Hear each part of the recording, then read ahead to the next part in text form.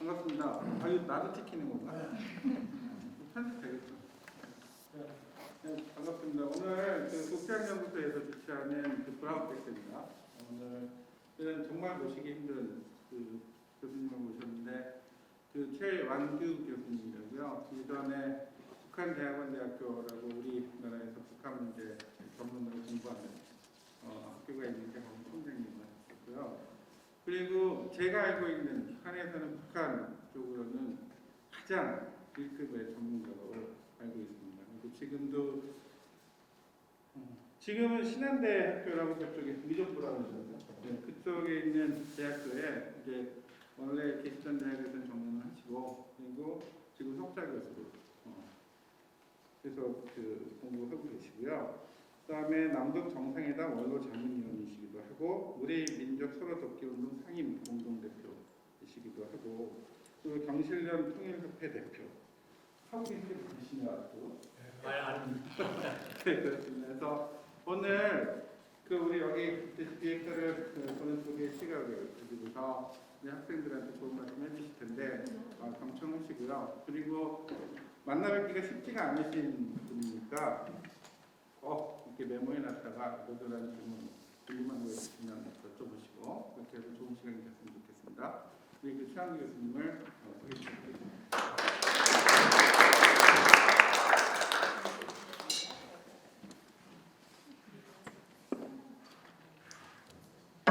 예, 방금 소개받은 최완규입니다. 굉장히 아름다운 캠퍼스에서 여러분이 이렇게 만나게 돼서 참 좋습니다. 아주 오래간만에 젊은 약동하는 모습을 보니까 제가 굉장히 기운이 많이 나는 것 같습니다. 저는 이미 벌써 6년 전에 대학에서 제가 몸담고 있던 대학에서 정년 퇴직을 하고 지금 이제 서울 인근의 대학에서 제가 평소에 좀 꼭 해보고 싶었던 경계연구라 우리도 EMJ 이것은 일종의 경계인데 좀 더 그동안은 제가 이제 국제정치나 권력정치 틀 속에서 남북 문제, 통일 문제를 주로 고민하고 해왔습니다. 그동안의 남북관계 역사를 들여다보면 권력정치나 국제정치의 맥락에서 남북관계를 들여다봤더니 거의 결론이 항상 똑같은 이른바 토톨로지 동어방송의 그 연속이었다는 그런 자괴감 같은 걸 많이 느껴서 경계 연구라는 틀 속에서 어떻게 남북관계를 다시 한번 들여다볼 수 있겠는가. 그 학교 가서 탈분단 경계문화 연구원이라는 것을 이렇게 만들어서 지금 그 연구 활동을 하고 있습니다. 여러분들한테 다소 좀 생소한 그런 이름이 느껴질 건데 제가 통일, 평화 이런 얘기를 하지 않고 탈분단이라고 하는 것을 얘기한 것은 통일 자체가 굉장히 지금 국내 상황으로 미루어 볼 때, 부족을 미루어 볼 때 굉장히 어려운 문제이기 때문에 오히려 통일을 강조하면 할수록 남북 간의 긴장이 고조되고 갈등도 심화되고 통일의 가능성은 역설적으로 더 멀어지는 이런 그 현상들이 지속되었기 때문에 그 분단 상태에서 기인하는 여러 가지 모순들을 걷어내는 것이 지금 현재에서는 가장 올바른 통일의 방향이 아니겠는가 하는 그런 의미에서 분단 상태에서 우리가 겪어야 되는 여러 가지 어려움들, 갈등들, 이 멍해들을 좀 걷어낸 탈분단, 분단으로부터 이렇게 탈피하는 그것이 곧 통일이 아니겠는가. 꼭 남과 북이 하나의 국가가 되는 것만이 통일은 아니지 않느냐는 그런 문제의식 안에서 탈분단이라는 말을 제가 사용을 했습니다.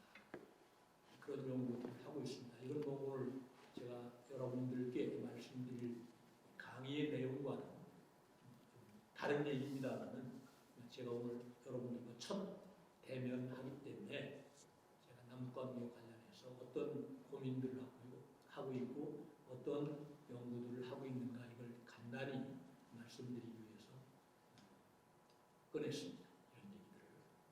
제가 오늘 여러분들께 약 한 90분간에 걸쳐서 말씀드릴 강의의 주제는 북한 핵 문제가 되겠습니다. 여러분들이 여러 경로를 통해서 북한의 비핵화, 북한 핵 문제에 대한 얘기를 귀가 아프도록 아마 들으셨으리라고 봅니다. 그리고 어떻게 보면 오늘날 한국관계, 그다음에 한반도의 평화와 안보의 문제, 더 나아가서는 통일의 문제에 있어서 가장 핵심이 되는 갈등의 논쟁의 한복판에 서 있는 존재가 뭡니까? 북한 핵 문제입니다. 그죠? 북미 관계도 안 풀리고 남북 관계도 좀 풀리다가 다시 또 원점으로 돌아가고 갈등이 심화되고 하는 그 한복판에 가장 중요한 크리티컬한 포인트가 뭡니까? 바로 북한의 핵 문제입니다. 더 구체적으로 말씀드리면 북한의 비핵화라고 우리가 얘기하죠.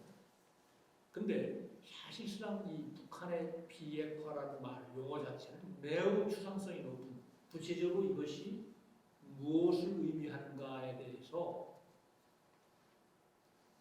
많은 사람들이 서로 다른 이야기를 합니다.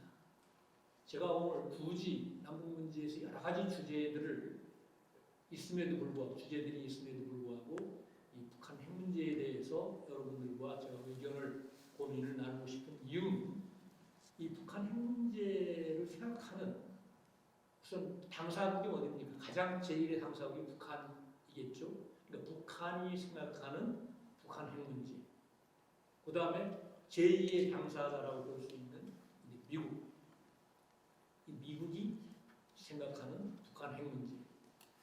더 나아가서 우리는 상당히 미국과 유사한 그 시각으로 북한 핵 문제를 보지만 또 우리는 다소 미국과는 기묘한 차이가 있는 또 북한 핵에 대해서 그런 시선을 갖고 있습니다. 그래서 말은 북한의 비핵화를 얘기하지만 이 비핵화를 이해하는 내용을 해석하는 시각은 저마다다.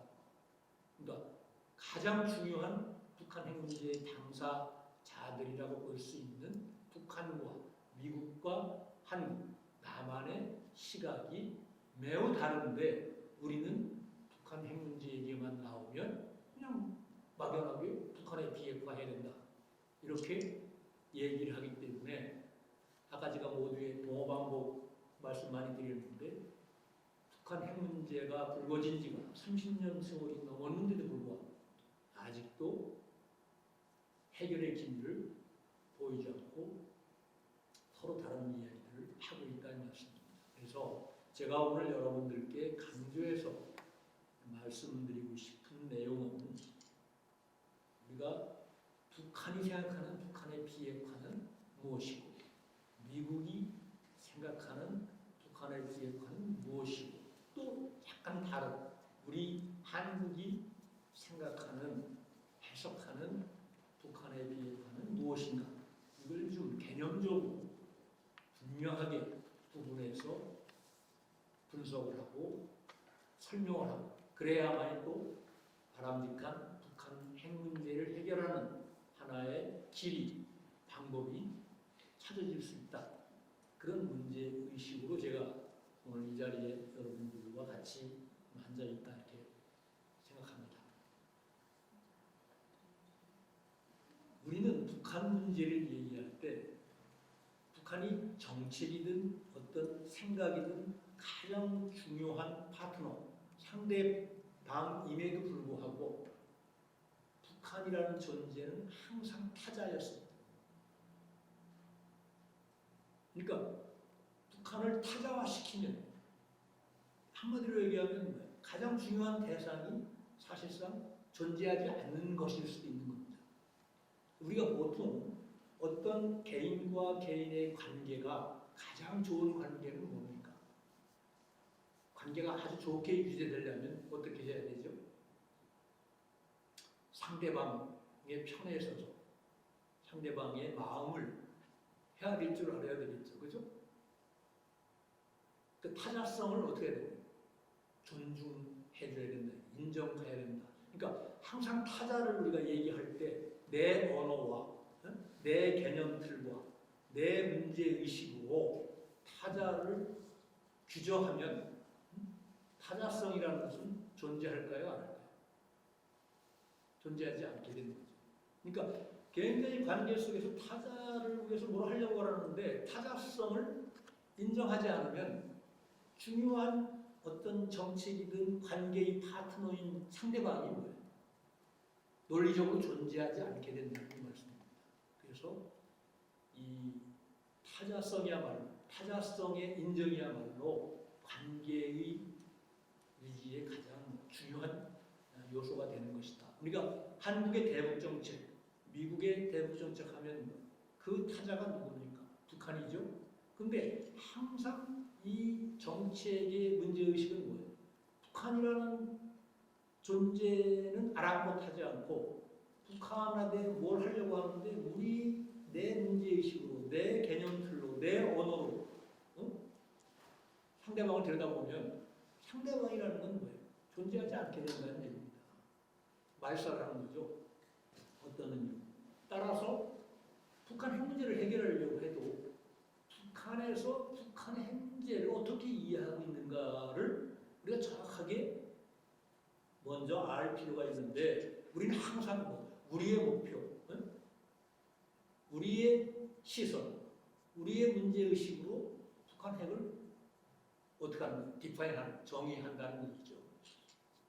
북한이라는 존재가 없는 건 어떤 의미로 본다. 이렇게 되다 보면 굉장히 서로 합의를 해놓고 딴 소리를 하게 되는 경우가 많아요. 결국 우리 여러분들 잘 아시다시피 2019년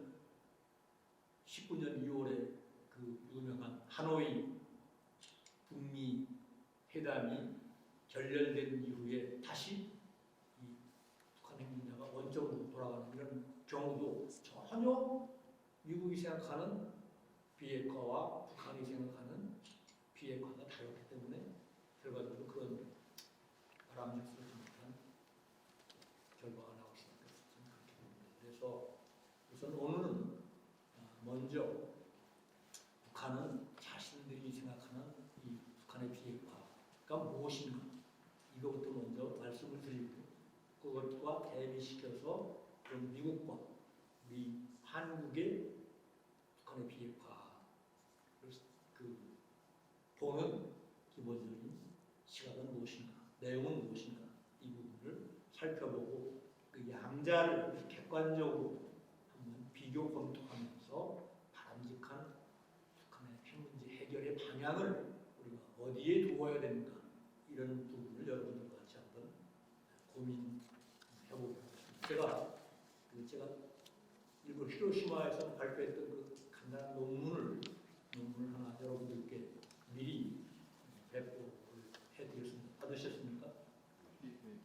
그럼 자세한 내용은 그걸 좀 참조를 해주시기 바랍니다. 북한 핵 문제가 불거진 이래 한 번도 북한의 비핵화라는 용어를 써본 적이 없습니다. 여러분들 아마 그 북한 핵 문제에 관련된 신문 기사나 논문이나 어떤 방송의 학자들이나 하는 얘기들 틈속에서 아마 이런 얘기를 들어보신 적이 있으리라고 봅니다.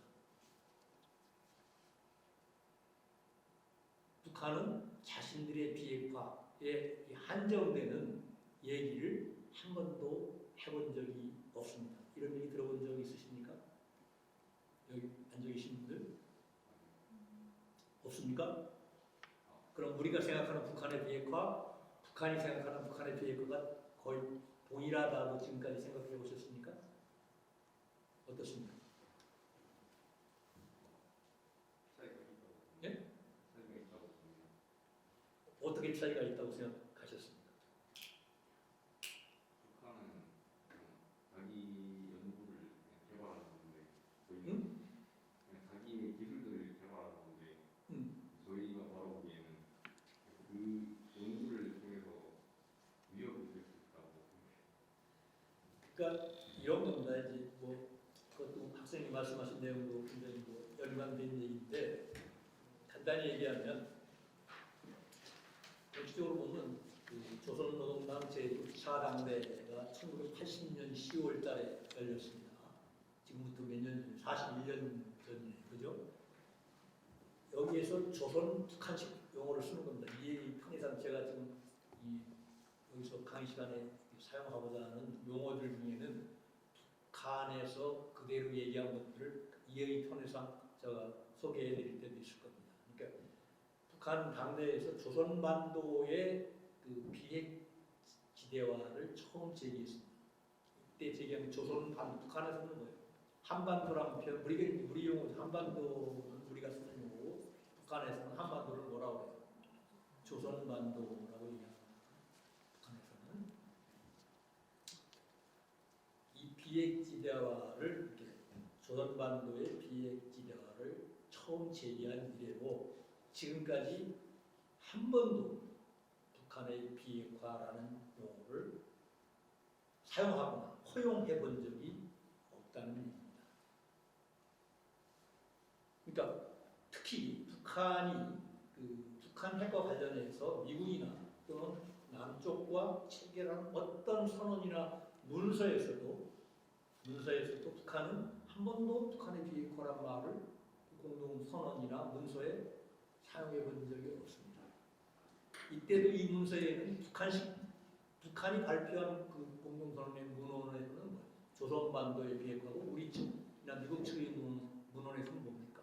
한반도의 비핵화든 이렇게 나오게 되어 있습니다.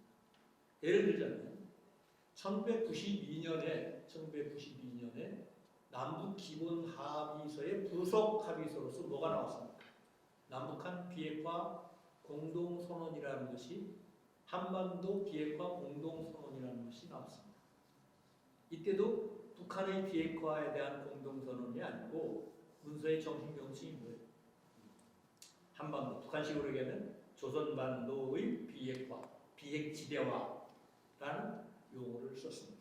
그리고 여러분 잘 아시는 역사적인 2018년 4월 27일 판문점 선언이 있었죠? 그죠? 우리 문 대통령과 북한의 김정은 위원장 간의 이 판문점에서 이른바 판문점 공동선언이 있었는데 이때도 그 다음에 그해 9월 18일 평양에서 열렸던 남북한 정상회담, 이른바 9.19 평양 공동선언이 나왔었죠.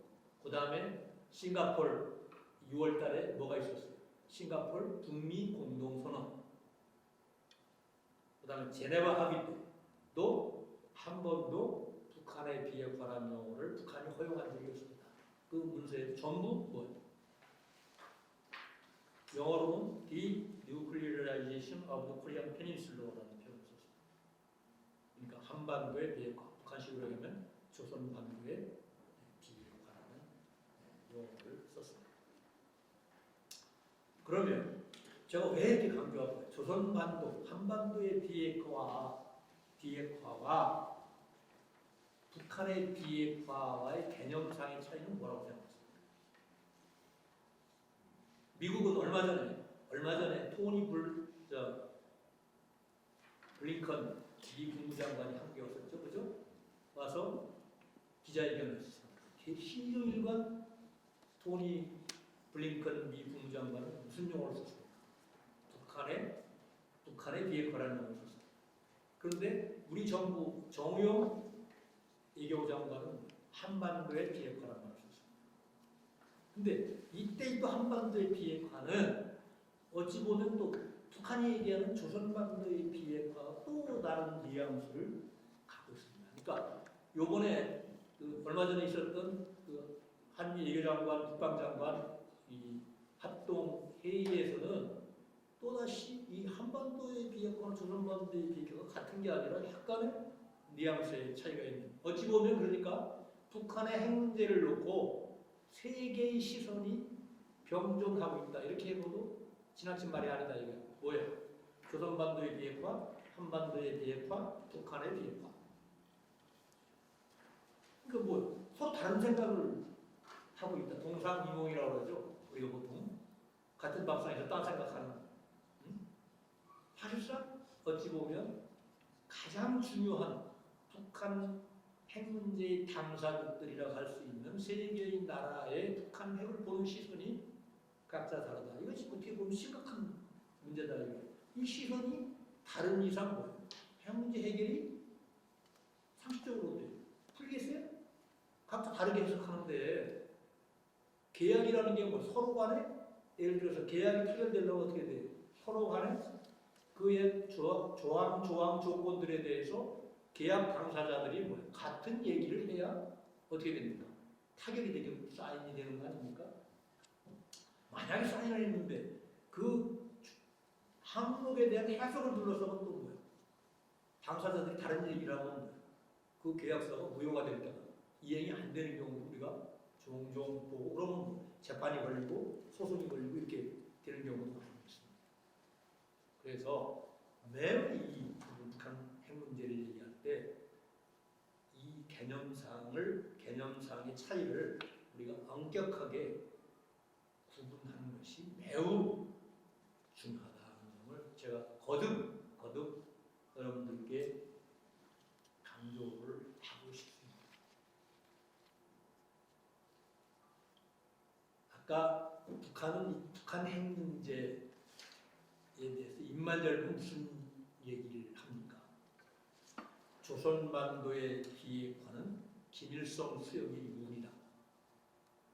들어봤어요? 이 얘기? 우리가 비핵화 안 한다는 거 아니라 우리 한다. 왜? 수영님의 유언이기 때문에. 근데 그때의 비핵화라는 거 바로 조선반도의 비핵화가 유언이다. 얘기입니다. 북한의 비핵화가 유언이 아니고 조선반도의 비핵화가 북한의 그 김일성의 유언이다라는 사실에 우리가 주목을 할 필요가 있다는 얘기입니다. 예의 평상전 구체적으로 하나의 사례를 제가 들겠습니다. 이 조선반도 비핵화의 그 조건, 특성들을 가장 명료하게 제시한 문건 중에 하나가 2003년 12월 16일 날 북한의 그 미국 담당 앵성 부국장이 있습니다. 이근이라고 유엔총회에도 여러 번 참석하고 아주 유명한 사람입니다. 이근 미주 담당 부국장이 그 당시 육자회담 북한 측 부대표였습니다. 육자회담 여러분 들어보셨죠? 북한의 비핵화 문제를 해결하기 위해 6개 나라가 대표들이 모여서 베이징에서 계속 회의를 해서 2.13, 9.19 합의 아십니까? 9.1 날짜를 정확히 공동선언이 나왔어요. 육자회담 합의문이. 이 부대표를 지냈던 사람입니다. 이 사람이 미국 국가정책센터에 보낸 문서를 통해서 이 조선반도의 비핵화의 특성이 뭐냐, 조건이 뭔가 이걸 아주 자세하게 표현하고 있는 한마디로 얘기하고 있어요. 미국의 대조선 적대시 정책의 포기. 이게 바로 조선반도 비핵화의 핵심입니다. 미국이 반세기가 훨씬 넘는 세월 동안 말하자면 북한에 대해서 적대 정책을 펴왔는데 이 적대 정책을 철회하는 것이, 포기하는 것이 뭐예요? 조선반도 비핵화의 첫걸음이다. 핵심이다. 이 얘기입니다. 그래서 이 조선 적대시 정책을 포기했다는 그 증거로서 이 문서에서 이근 당시 부국장은 3가지를 제시를 했습니다. 그게 뭐냐면 북한을 미국이 공격하지 않겠다는 이른바 불가침 담보를 그냥 말로 하거나 문서로 그런 게 아니고, 우리가 믿을 수 있는, 우리가 경험적으로 확증할 수 있는 방식으로 제공해야 된다.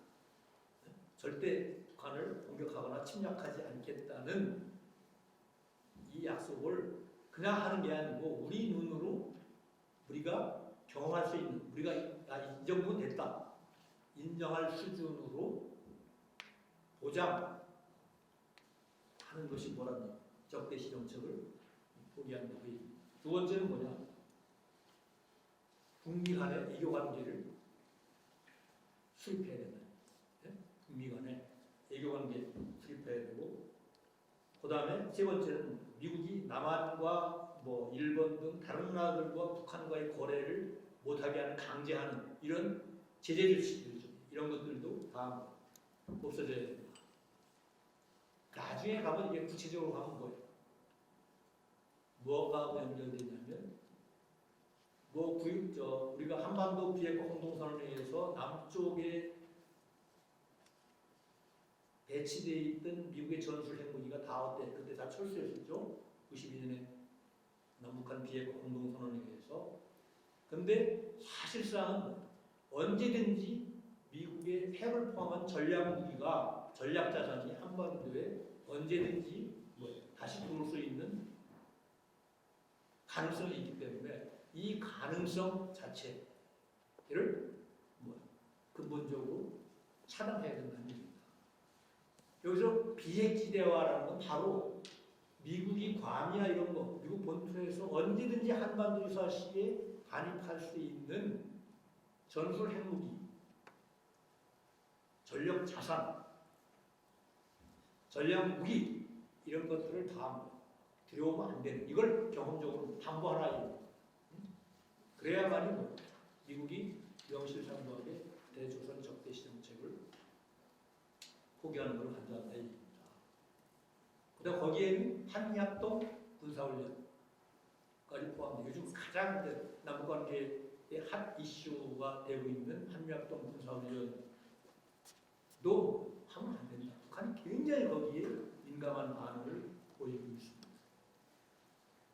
그 다음에 더 나가면 주한미군을 완전히 당장 철수는 아니더라도 철수한다고 발표할 그 준비를 하고 있습니다. 궁극적으로 철수해야 된다고 보는 것이죠.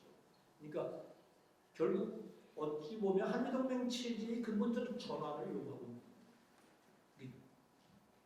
미국의 대조선 적대시 정책의 포기라는 그 속에는 이런 아주 세세한 몇 가지 중요한 크리티컬한 한국의 안보와 매우 밀접하게 관련된 이런 조건들을 다 해석하는 이것이 큰 틀에서 보는 거예요. 미국의 대조선 적대시 정책의 포기의 경험적 증거들이다. 이게 이행이 되는 것이 뭐예요? 말하자면 적대시 정책을 미국이 포기하는 것이다. 이렇게 북한은 주장을 하고 있는 거예요. 그러니까 이것이 말하자면 뭐예요? 다 이행될 때 뭐예요? 조선반도의 비핵화는 가능하다 이런 얘기입니다. 말을 좁히면 우리가 비핵화하는 것은 바로 언제든지 잠재적으로 미래에 상상되고 또 현실적으로 이행될 수 있는 미국의 전략 그 전술 핵무기와 그 전력 자산, 한미합동 군사훈련, 주한미군 이런 것들이 나가고 북한과 미국 간의 평화협정, 외교관계 수립 이런 것들이 다 이루어져야 그게 바로 우리를 적대시하는 미국의 정책이 말하자면 해소되는 그럴 때 한반도의 비핵화, 북한을 시도하게 하면 조선반도의 비핵화는 이루어질 수 있다.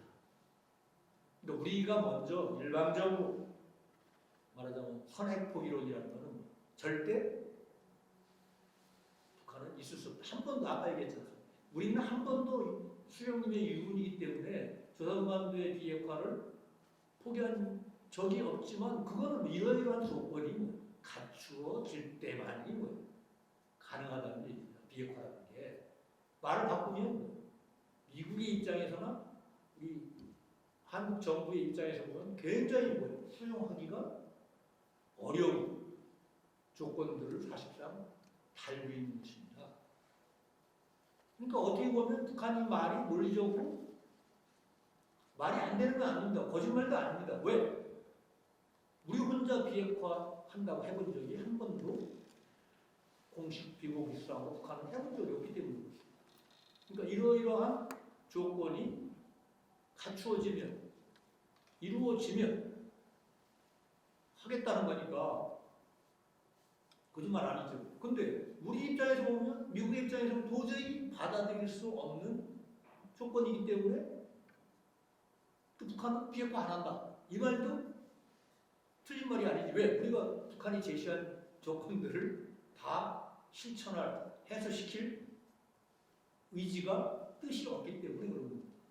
그 양쪽의 말이 그런 배경을 자세히 들여다보면 틀린 게 없는 겁니다. 서로 거짓말한다고 막 싸우고 막 상대방한테 책임을 전가하는데 어찌 보면 이런 굉장히 서로 수용하기가 어려운 평행선을 긋는 이 핵 문제를 보는 시선이, 시각이 존재하는 것입니다. 북한은 항상 말하자면 그런 조건들이 성취, 그 다음에 비핵화, 이것이 북한의 기본적인 입장이라면 미국은 니네를 어떻게 믿냐? 핵폐기, 평화, 그 다음에 수교, 제재 해제, 그 다음에 또 얘기하는 여러 가지 말하자면 한미합동 군사훈련 이런 것들도 다 먼저 니네들이 모범을 보이고 실질적으로 보여주면 그러면 그에 따라서 스텝 바이 스텝 점진적으로 커리스펀딩 메저, 그러니까 그에 이들이 한 만큼의 상응하는 조치를 우리가 취해주겠다. 이게 타협의 여지가 굉장히 어려운 거죠. 그죠? 한쪽은 먼저 니들이 핵 포기의 수준에 확실하게 그걸 경험적으로 보여주면 그거 하는 거에 따라서 그에 상응하는 조치를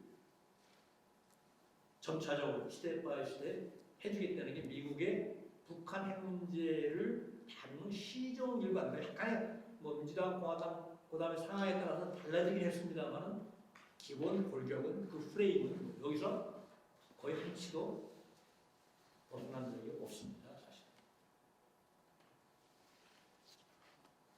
근데 북한은 내가 어떻게 그걸 또 믿냐? 그럼 우리 약속이 있는데 니네가 먼저 그런 조치를 취해주면 우리도 그에 따라서 핵폐기 수순으로 가겠다. 이렇게 보는 거예요. 최소한 그게 안 되면 한데 육자회담 같은 데서는 행동 대 행동, 여러분들 기억나십니까? 말 대 말, 행동 대 행동. 그러니까 똑같이 서로 대등한 입장에서 주고받는. 이 정도라도 해줘야 된다는, 거기까지 북한이 양보한 적은 있었지만 그게 잘 이루어지지 않을 때는 항상 먼저 선평화 체제, 핵폐기 이 수순을 계속 고수했고 미국은 역시 북한에 대한 불신이 굉장히 강하기 때문에 도저히 믿을 수가 없다. 니네 말은 지금까지 얼마나 약속을 많이 어기고 이해하지 않았느냐. 따라서 먼저 해봐. 그러니까 선핵폐기가 시종일관 어떻게 보면 기본적인 입장이었습니다. 근데 북한은 뭐라고 이 미국의 선핵폐기론에 대해서 이런 얘기까지 하고 있습니다. 국민 간의 신뢰가 전혀 없는데 사실상 무장을 놓고 맨손으로 나앉아 미국이 뭐손으로 살라는 것이냐. 북한이 이런 반응을 보입니다. 그 뭐손으로 살라는 것과 다른 거다. 이거는 이렇게 얘기하면은 그 다음에 우리는 죽을지언정 노예적 평화를 원치 않는다. 이게 북한의 입장이에요. 우리가 노예가 차라리 싸우다 죽지 그렇게 비굴하게 먼저 항복하면서 평화를 얻고 싶지 않다. 이게 미국에 대한 북한의 핵협상의 기본 입장이다. 과거에 70년대에 김일성 주석이 살아있을 때 미국 하원의 아시아 태평양위원회 위원장이었던 스테판 솔라즈라는 사람이 있었습니다.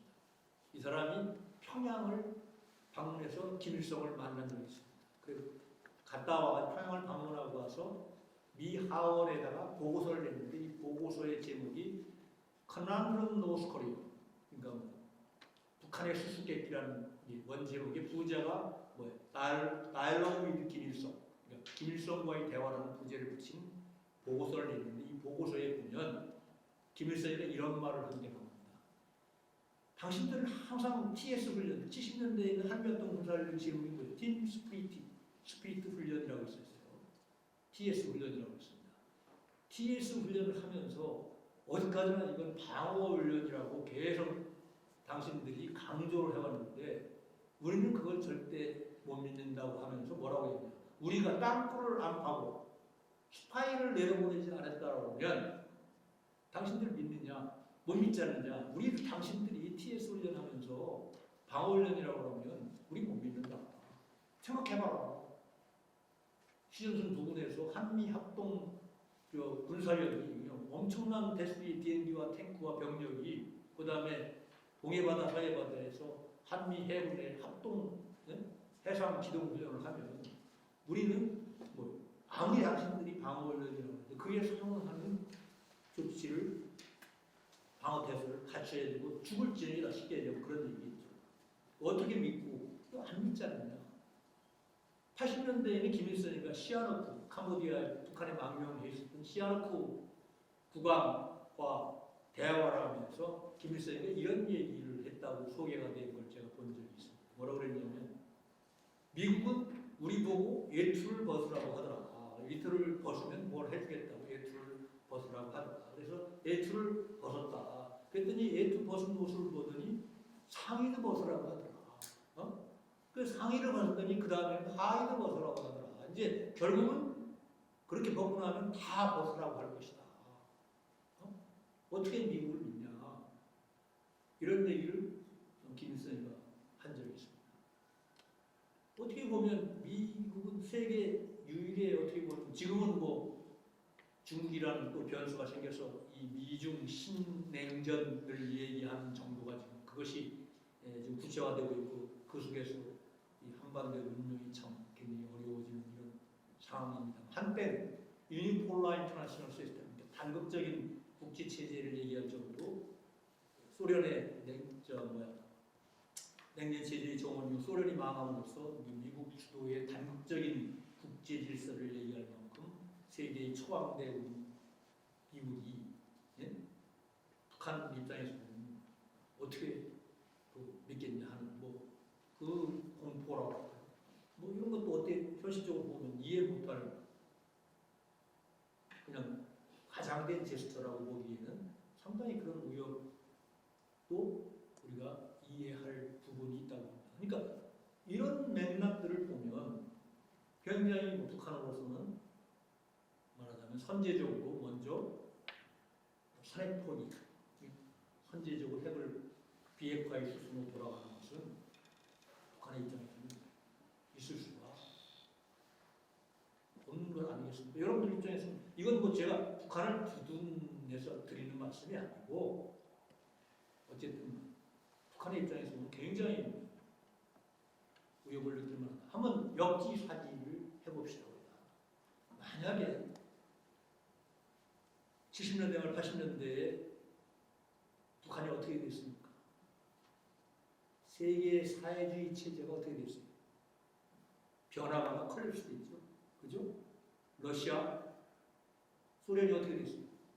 가장 북한의 그 맹방이었던 동맹국이었던 소련 공산당이 어떻게 됐습니까? 망했잖아요.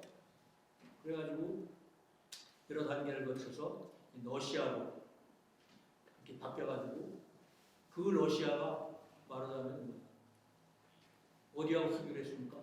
철천지적인 남쪽하고 수교를 했잖아요. 그죠? 우리가 소련과 수교했잖아요. 노태우 대통령 시절에 고르바초프와.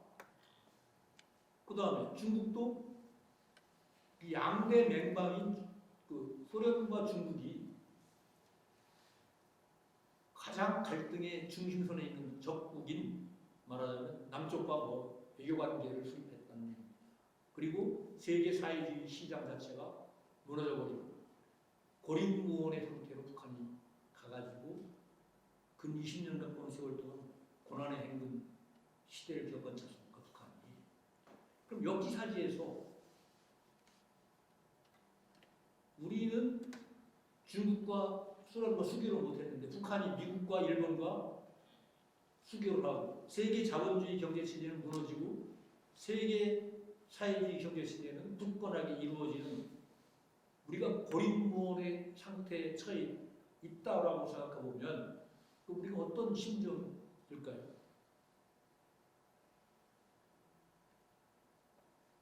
북한이 말하자면 그런 상황에 갔던 거 아닙니까? 거기서 뭐 그러니까 살 길을 찾는 과정에서 비대칭 무기, 인무, 핵무기 개발에 관심을 갖게 되고 우리도 박 대통령 말기에 월남이 패망하고 닉슨 닥트린에 의해서 주한미군 철수하고 이런 상황에서 우리도 한때 뭐 핵무기를 개발해볼까 말까 하고 손을 댔다 말다 한 적이 있었지 않습니까? 살려. 물론 북한이 왜 핵을 개발했는가에 대한 여러 가지 또 그 시선이 있습니다. 그죠? 뭐 이렇게 살려고 했다는 시선도 있고 아니다 그게 아니라 남한 공산화의 무기를 사용하려고 핵무기 개발한 것이다. 뭐 이렇게 얘기하는 사람도 있고 만약에 후자가 맞다면 남한이 공산화될 때까지 북한은 절대 그 어떤 조건 하에서도 핵무기 포기 안 하는 게 논리적으로 뭐 합당한 얘기죠, 그죠? 그러면 그때는 뭐 협상도 필요 없고 뭐 어쨌든 서로 죽으라고 싸워서 한쪽이 망하는 모습을 보기 전까지는 해결이 안 된다는 게 간단한 그 로직이 되겠죠. 북한 핵 문제를 해결하려고 한다면 최소한 뭐 그런 것이 아니고 북한도 살려고 때로는 또 상대방에게 무리한 요구를 관철시키려고 하는 하나의 도구로 핵 문제를 들고 나왔을 것이다. 그거는 그때는 뭐 그런 조건들이 어느 정도 일정한 경험적 수준에서 충족이 되면 논리상으로 북한 핵 문제는 해결될 수도 있다라는 논리적 기결이 나올 수 있는 것 아니겠습니까? 그러니까 무엇이 진실인지는 정말 누구도 nobody knows라고 봅니다. 다만 북한 핵 문제를 우리 전형적 관점에서 해결하려고 한다면 후자의 그 지금 말씀드린 그 입장을 핵 보유 의도를 우리가 분석할 때 그쪽에 더 무게중심을 두는 것이 해결할 희망을 우리가 더 갖게 되는 것이다 이렇게 볼 수가 있겠습니다. 어쨌든 북한은 시조일관 그런 입장을 취하다가 여러분 잘 아시다시피 2017년에 와서 좀 입장을 근본적으로 전환하는 어떤 사람은 그걸 패러다임의 체인지다 이렇게까지 이제 크게 보는 사람도 있습니다. 어쨌든 정책을 전환하는 그런 모습을 보여준 것만은 틀림없습니다. 2017년이면 북한이 막 엄청나게 그 도발을 연속적으로 강행했던 해입니다. 평창 올림픽이 못 열린다고 하는 저거 열릴 수 있을까 하는 그런 그 위기의식을 한참 느끼던 그런 시절입니다. 여러분들도 그때는 옛날이 아니라 현재적 일들이었으니까 아마 기억이 나시리라고 봅니다. 북한이 6차 핵실험까지 했습니다. 그 다음에 화성 15, 16호를 쏘아 올렸습니다. 그건 미국 본토를 날아갈 수 있는 그러니까 ICBM급 미사일을 쏘아 올렸습니다. 그죠?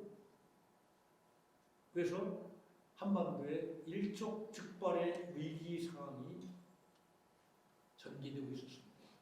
트럼프는 완전히 뭐 불바다로 만들 때 까불지 말라는 느낌 막 서로 말폭탄이 왔다 갔다 하던 그런 시기였습니다. 제가 그때도 2017년 10월 달인가요? 춘천에서 강원도 평창에서 올림픽이 열리니까 이 평화올림픽을 어떻게 열 수 있는가는 원탑 토론회가 있었는데 그때도 이 어떤 사람들은 이게 평창올림픽이 열리겠냐 이렇게 걱정을 하는 사람까지 있었습니다. 그런데 일거의 분위기가 반전됐었죠. 그 반전된 계기가 뭐였습니까? 기억 안 나세요? 그해 12월 달에 그 평창 가는 그 말하자면 열차, KTX 열차 속에서 문재인 당시 대통령, 지금도 대통령입니다만 대통령이 미 NBC, 그러니까 그 평창 올림픽 그 중계 주관사죠. 미국의 유명한 3대 텔레비전 방송국아닙니까? MBC 기자와 회견을 했습니다. 그때 뭐라고 그랬냐면 대통령이 평창 올림픽을 평화적으로 안정적으로 개최하기 위해서 한미합동 등사훈련을 중지 대폭 축소할 요의가 있다. 이렇게 그 기자회견을 통해서 발표를 했습니다. 물론 사전에 뭔가 어느 정도 조율을 했겠죠. 근데 바로 이 회견이 있은 얼마 안 있어서 뭐예요? 김정은이가 화답을 하고 나왔습니다. 그게 바로 2018년 뭡니까? 신년사를 통해서 김정은이가 이 문재인 대통령의 한미합동 군사훈련 중단 내지 축소 발언에 호응하고 나왔습니다. 뭐라고 했습니까? 우리 민족적 거대한 그 경사인 평창 올림픽이 성공하길 바란다. 그 성공에 보태기 위해서 우리가 대표단을 파견하겠다. 이렇게 화답하고 나왔습니다. 그래서 여러분 잘 아시다시피 누가 왔습니다. 김영남 최고인민회의 상임위원장과 북한의 말하자면 사실상의 2인자인 김정은의 동생 김여정 당부부장이 같이 남쪽에 내려왔지 않습니까? 그죠? 그래가지고 여러 가지 일련의 평창올림픽을 참여를 하고 예술단들이고 정말 남북한의 화합의 평화의 꽃이 피기 시작하는 새로운 국면이 전개되지 않습니까? 그리고 그 와중에서 결국 남북한 특사단이 교환하고 결국은 뭐로 연결됐습니까? 북미 정상회담까지 가지 않았습니까? 그죠? 분단된 이후 북미 간 대결 이후 한 번도 그런 일이 없었는데 최초로 역사적인 말하자면 싱가포르 북미 정상회담이 열리게 돼 4개항에 뭐가 나왔어요? 공동선언 기억하십니까? 하여간 그게 나왔습니다. 그래서 그동안에 말하자면 그 서로 선의한 시선으로 북한 핵문제를 보던 이 상황이 어느 정도의 접점을 찾을 수 있는 계기가 마련된 것이죠. 근데 고야서 구체적으로 그 말씀을 드리기 전에 아까 조선반도의 비핵화라는 북한의 시선에 대해서 제가 설명을 했지 않습니까? 그러면 미국과 한국은 북한의 문제를 어떻게 보고 있느냐 이런 얘기입니다. 아까 말씀드렸죠. 미국은 한 번도 조선반도 한반도의 비핵화라는 말을 공식적으로 인정해 본 적이 없다고 제가 말씀드렸습니다.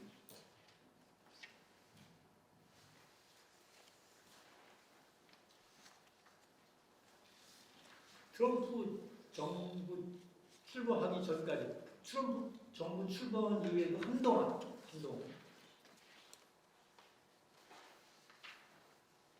한반도 비핵화에 대한 조선반도 비핵화에 대한 북한의 시각은 인정받지 못했습니다. 미국으로부터 한 번도 인정받지 못했습니다. 미국은 시정일관, 북한은 뭐예요? 신뢰할 수 없는 무슨 국가예요? 악당 국가죠. 특히 부시 행정부 때 이 아니 노스텝이라는 말을 굉장히 피금이라는 말까지 난쟁이 국가다. 아니 이런 김정은의 아버지한테 난쟁이라는 말까지 부시 대통령이 썼습니다. 폭정의 전초기지가 어디다? 북한이다. 이런 얘기고 북한을 비난했습니다. 그러니까 하여튼 북한은 악당 국가, 신뢰할 수 없는 전제. 따라서 오직 선핵 포기론이 북미 핵협상의 제일 원칙이다. 이런 입장을 고수해왔습니다. 오바마 행정부는 아예 말한 대로 우리는 그냥 기다리고 있겠다. 이른바 뭐라고 그랬어요? 전략적 인내. 근데 결과는 참겠죠. 계속 핵실험하고 북한의 핵능력만 고도화되는 이런 결과를 초래했습니다. 그래서 트럼프 행정부 이후에 그런 평창을 계기 위해서 반전의 계기를 마련했는데 한동안 정상회담이 열리기 전까지 미국의 북한 핵 문제에 대한 기본 입장은 몇 가지 원칙이 있습니다. 첫째는 북한을 절대 어떤 경우도 핵 보유국으로 인정하지 않는다. 비록 핵을 가졌어도 핵 보유 국가로 인정할 수 없다는 것. 둘째는 북한의 비핵화를 현실화시키기 위해서 모든 제재와 압박 수단을 강구한다. 셋째는 이걸 위해서는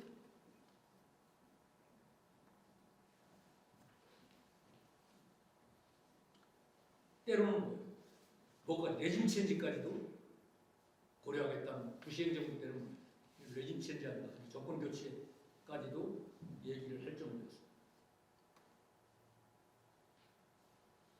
그러니까 한 번도 그 레온 시갈이라고 좀 약간 전향적인 미국의 핵 문제 전문가가 있습니다. 레온 시갈. 이 사람이 쓴 유명한 책이 북한은 미국은 협상하려 하지 않았다는 제목을 단 번역한 책이 나온 적이 있습니다. 그 매우 이상한 사람들과의 그 핵무기 협상이라는 그런 제목이 달렸는데 우리말로는 미국은 협상하려 하지 않았다는 제목으로 사회평론이라는 출판사에서 오래전에 출간이 됐는데 한번 읽어볼 만한 책입니다. 여기 보면 레온 시갈이 뭐라고 했냐면 미국은 기본적으로 한 번도 북한과 상호주의의 차원에서 협상을 하지 않으려 했다는 겁니다. 이 시갈의 말에 의하면. 여기에는 어떤 문제의식이 도사리고 있냐면 악당 국가인 북한과 거래를 하는 것은 뭐예요? 예? 그들의 핵공간에 굴복하는 것이 되기 때문에 절대 상호주의적 입장에서 북한과 핵협상하면 안 된다. 이게 미국의 그 핵협상을 주도하고 있는 외교가의 주요 세력들의 거의 공통된 인식이었다. 이런 얘기입니다.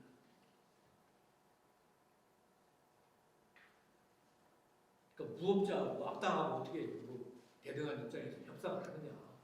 있을 수 없다. 이거 미국 외교 원칙에 말하자면 어긋난 일이다. 그래서 4반세기 동안 어떻게 보면 바로 이런 문제의식을 가지고 북한과 비핵화 협상을 해왔다. 이렇게 보셔도 지나친 표현은 아니다. 먼저 니들이 양보하면 그게 아까 얘기한 대로 그에 따라서 니들이 하는 행동을 보고 나서 그에 적합한 조치를 이행해 주겠다. 이게 미국의 입장이라는 얘기죠. 근데 한번 우리가 냉정한 입장에서 한번 생각을 해봅시다. 북미 핵협상 과정에서 주로 주고받는 내용물들을 보면 우리가 한번 무엇이 더 공정한가를 알 수 있으리라고 봅니다. 주로 핵협상 과정에서 북한이 미국한테 양보해야 되는 내용은 뭡니까? 핵실험하지 말아야 돼요. 핵물질 더 이상 개발하지 말아야 돼요. 핵시설, 운반 수단 이런 거 다 뭐 포기하고 반출하고 이런 거 아닙니까? 그죠? 주로 물리적 행동이 수반돼야 되는 그 양보 상황들이에요. 그러니까 협상 과정에서 북한이 내놓아야 될 카드는 전부 이렇게 물리력이 수반돼야 돼요. 그러니까 실제 핵폭탄, 핵물질, 운반수단, 핵실험 말하자면 장소 이런 걸 폐쇄하거나 말하자면 셧다운 시키거나 아니면 반출하거나 더 이상 개발하지 않거나 이런 내용들 안에 북한의 비핵화의 핵심적 내용들이라는 게 그러니까 구체적으로 물리적 행동이 수반되는 내용인데 미국이 북한한테 양보해줘야 되는 내용은 주로 뭡니까? 형식, 절차에 관련된 문제들. 평화협정을 체결한다든가 수교를 한다든가 제재를 해제한다든가 이런 것들입니다. 그래서 만약에 서로 간에 이걸 주고받았는데 한쪽이 약속을 이행하지 않고 다시 딴짓을 했을 경우에 이걸 되돌리는 기간과 비용의 차원에서 보면 어떤 게 더 힘들겠어요. 그래서 영변 핵시설을 발전 다 완전히 폭탄을 동원해서 완전히 무너뜨리거나 풍계리 실험장을 뭐라자면 셧다운 시키거나 아니면 핵무기를 몇 개의 핵탄두를 반출한다든가 아니면 운반시설 미사일이죠 이런 것들을 완전히 없앤다든가 이랬는데 미국이 수교도 안 해주고 평화협정 체결 안 하면 그걸 다시 원상복구하는데 원상복구할 수 있죠. 물론 왜? 개발했던 전문 인력이 있고 경험이 있으니까 복구는 할 수 있는데 복구하려면 돈과 기간이 어떻게 돼요? 굉장히 많이 든다 이 말씀이죠. 그죠? 그렇지 않겠어요? 근데 아니 미국이 이런 거 해줬는데 우리가 수교도 말하자면 제재도 해제해주고 평화협정도 체결 사인도 했는데 이것들이 말하고 계속 몰래 핵무기 개발해? 그러면 그걸 다시 되돌리는데 드는 시간과 비용이 훨씬 더 빠르고 덜 든다 얘기죠. 물론 미국 손해지만 원상복구하는 데 드는 시간과 돈이 북한보다는 훨씬 덜 든다.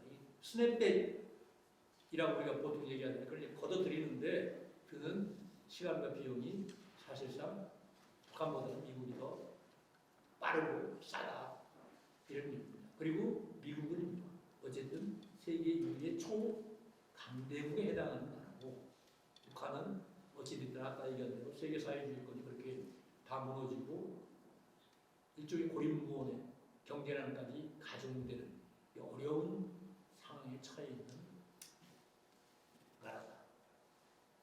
물론 미국이 북한은 계속 뭘 들어주는 또 살라미 전술이라고 해서 하나 또 물고 들어져가지고 또 붙들어 매고 중지시키고 이양 안 하고 더 큰 걸 요구하고 때로는 약속도 안 지키고 도발을 일삼고 사실이죠. 역사적인 부인할 수 없는 사실이기 때문에 너는 절대 저것들하고는 아까 얘기한 대로 악당들하고는 1대1의 그런 선제양보 조치를 취할 수 없다. 이제 이게 시종일관 입장이지만 내용을 보다 우리가 정밀하게 들여다보면 신과 심의 관계라는 맥락에서 보면 그렇게 공정한 협상이나 게임은 특히 북한의 시선으로 보면 아니다. 아까 얘기한 대로 결국 그래서 미국의 요구대로 다 벗어줬는데 저새 보니까 아무것도 없네 하고 그때 다 그냥 무너뜨리는 우리는 어디에다가 호소를 하는가. 북한의 입장에서 보면 이럴 것이다. 그러니까 북한의 비핵화대 조선반도의 비핵화 이런 평행선을 현재로서는 걷고 있는데 이게 싱가포르 합의회에서 매우 추상적 수준이지만 4개항의 합의회에서 약간 접점을 찾았어요. 거기에는 4.27 판문점 공동선언 또 그 후에 있었던 평양 공동선언, 9.19 평양 공동선언. 평양 공동선언 뒤에 있었던 회담이 뭡니까? 2019년 2월에 하노이 회담이었습니다. 그래서 그 싱가포르 합의를 한 그 4개항의 북미 공동선언의 내용이 뭡니까? 기억하시는 분 있으십니까? 네? 없으세요? 첫째, 북미관계, 새로운 북미관계 수립이라는 말이 나오죠. 그죠? 그러니까 궁극적으로 그건 뭐예요? 북미 간의 애교관계까지 가겠다는 그런 코노테이션이 의미가 함축되어 있는 내용이죠. 그러니까 새로운 북미관계를 수립한다. 그 다음에 한반도 평화체제 만든다. 그 다음에 한반도 비핵화, 평화체제의 틀 속에서 한반도의 비핵화를 위해서 재미있는 내용이에요. 북미가 노력한다고 되어 있는 게 아니라 북한이 노력한다. 한반도 비핵화를 위해서 북한이 노력한다. 네 번째가 뭐 유해 소환, 그 한국 전쟁 때 북한 땅에 묻혔던 미군의 유해를 미국에 발굴 가능한 사람들을 발굴해서 송환한다. 이게 이른바 역사적인 싱가폴 6.12 싱가폴 북미 공동선언의 핵심적인 내용입니다. 그걸 확인한 것이 말하자면 9.19 평양 공동선언입니다. 싱가폴 합의에 따라서 미국이 상응하는 조치를 취해주면 영변 핵시설을 셧다운시키겠다. 이 내용이 문재인 대통령과 김정은 위원장이 평양에서 서명한 이른바 남북 평양 공동선언의 내용에 나와 있습니다. 그리고 거기 5일 경기장에서 15만 평양 시민 앞에서 문재인 대통령이 이른바 역사적인 7분간의 그 연설을 했었죠. 정말 그 내용을 보면 저는 이게 저렇게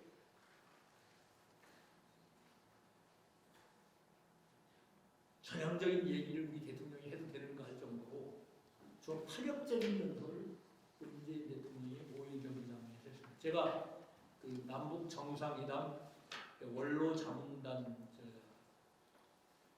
위원회 일원으로 평양 정상회담 특별 수행원으로 제가 평양을 문재인 대통령과 2박 3일 같이 갔다 왔습니다. 그래서 그 5일 경기장 주석단 옆에 앉아 있었기 때문에 그 평양 시민들의 표정이나 그 연설을 하는 동안에 김정은 위원장의 얼굴 표정도 아주 가까운.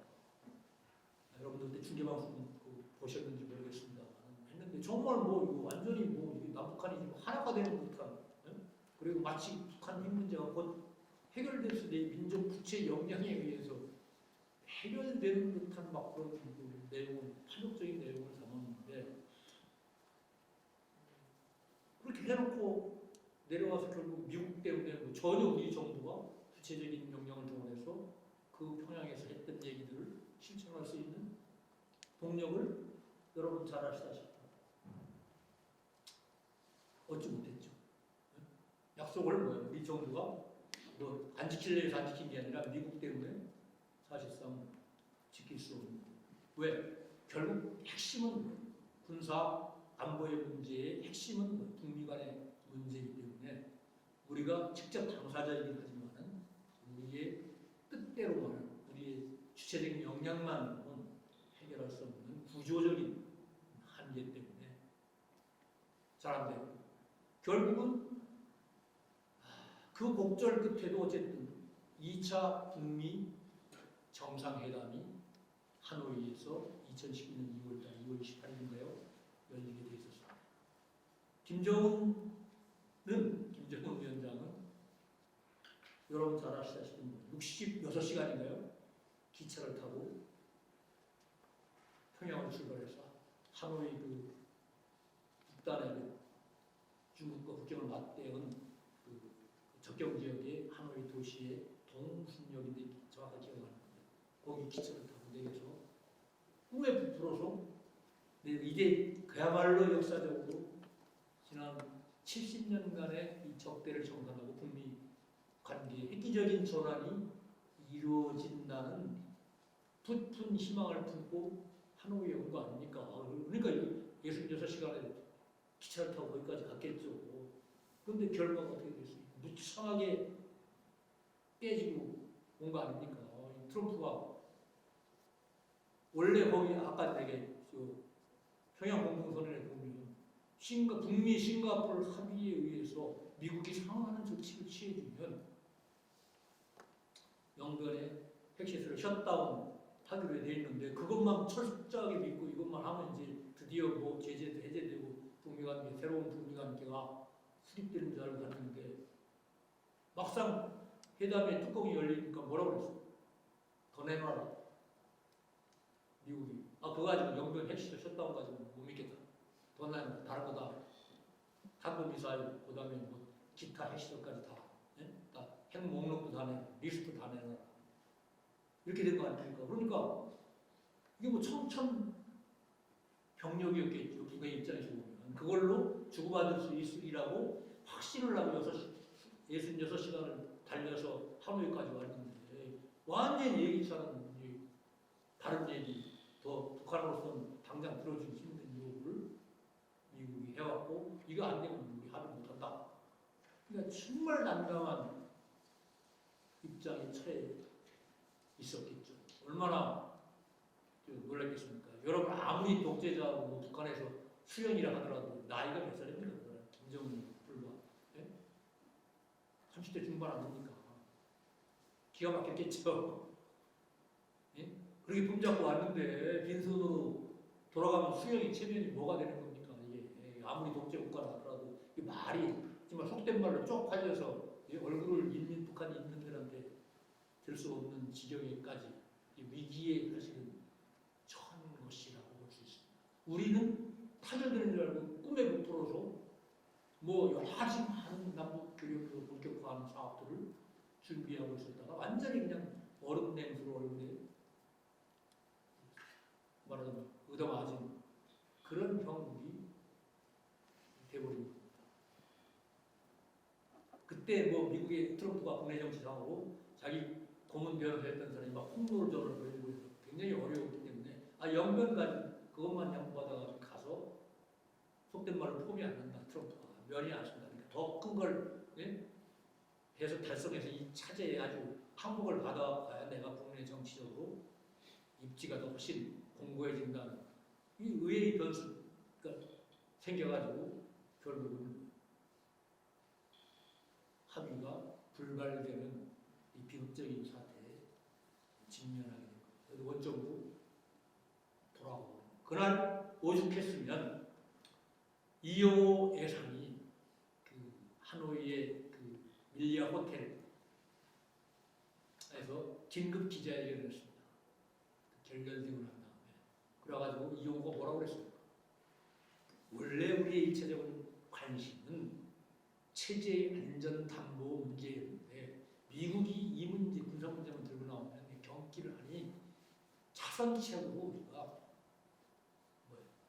민수와 민생 경제에 해당하는 5개 항의 제재를 해제해주면 영변 핵시설을 셧다운 시켰다라고 우리가 10번 우리나라는 양보를 한 건데 무슨 이 뚱딴지 같은 소리 하는 앞으로는 이런 기회는 다시는 오지 않는다. 미국은 천재일의 기회를 놓쳤다. 이런 식의 표현을 했습니다. 원래 우리는 1차적인 관심은 안전담보, 군사안보의 문제, 핵 문제와 이제 군사안보의 문제를 파악하려고 생각하는데 미국이 너무 거기에 신경질지고 민감한 가능성이 한 차원 양보를 해서 민수경제 부분만 제재를 해제하라고 하는데 그것도 못 들어주냐. 이게 이용호 외무상의 심야 기자회견이었습니다. 그래가지고 빈손으로 다시 오던 길로 돌아간 거 아닙니까? 또 아무것도 빈손으로. 근데 그 와중에 트럼프가 농이었는지 뭐 진이었는지 모르겠지만 내가 태워다 주마. 자기 비행기로 뭐 이런 농담성 제의까지도 받았다고 그러지 않습니까? 참담한 심정으로 아마 돌아갔을 겁니다.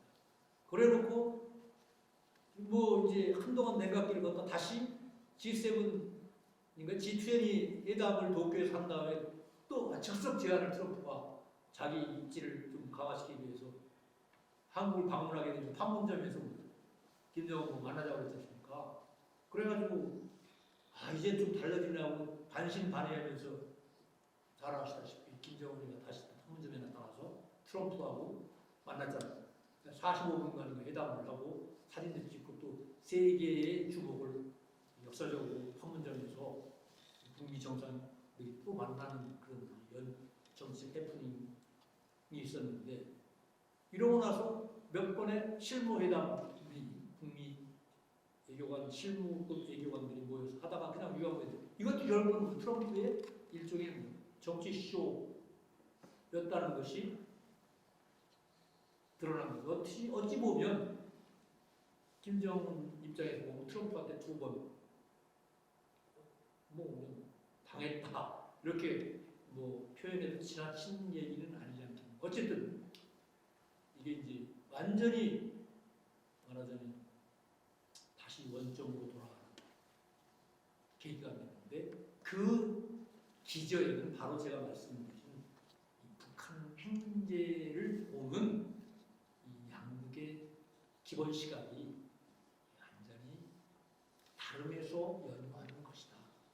저는 그렇게 봅니다. 그런데 최근에 얼마 전에 일주일 전에 있었던 토니 블링컨과 미국 국방장관 우리 한미합동 외교 국방장관 연석 회담에서 정의용 외교부 장관이 우리가 얘기하는 한반도의 비핵화하고 북한의 비핵화하고 어떻게 다르냐 이렇게 누가 기자가 질문을 했습니다. 우리나라 보수 세력은 한반도 비핵화를 좋아합니까? 안 합니까? 그러니까 국민의힘이나 보수 진영에서는 뭐예요? 무슨 한반도의 비핵화냐 신나라 까먹는 이게 한심한 얘기다. 북한의 비핵화지 왜 한반도의 비핵화라는 용어를 우리 정부가 현 정부가 쓰고 있냐? 이거 잘못된 거다. 예? 북한의 전술에 말려드는 것이다. 이거 시정해야 된다는 게. 그러니까 미국과 시선을 같이 하고 있습니다. 우리 보수 세력들, 보수 진영의 사람들은 한반도 비핵화는 말이 안 된다. 이건 조선반도의 비핵화의 트랩에 걸리는 것이다. 따라서 용어를 북한의 비핵화라는 용어를 써야 된다. 이게 이 보수의 기본적인 시선입니다. 근데 그렇게 한반도 비핵화란 말 용어를 남북 정상회담에서 11차례 쓰기로 합의를 해놓고 그렇게 표현이 됐는데도 불구하고 질문을 하니까 정의용 외교부 장관이나 그쪽 정부하고 가까운 학자들은 이런 공사석에서 이렇게 설명을 합니다. 1992년 남북한 한반도 비핵화 공동선언에 의해서 한반도의 38선 DMZ 남쪽은 남한 지역에는 다 그 합의에 의해서 공동선언에 의해서 미국의 전술 핵무기가 다 철수할 수 없다. 그러니까 남쪽은 뭐라는 비핵화가 다 이루어졌다. 맞죠? 없지 않습니까? 한국의 전술 핵무기가 미국의 전술 핵무기가 다 철수했습니다. 없습니다.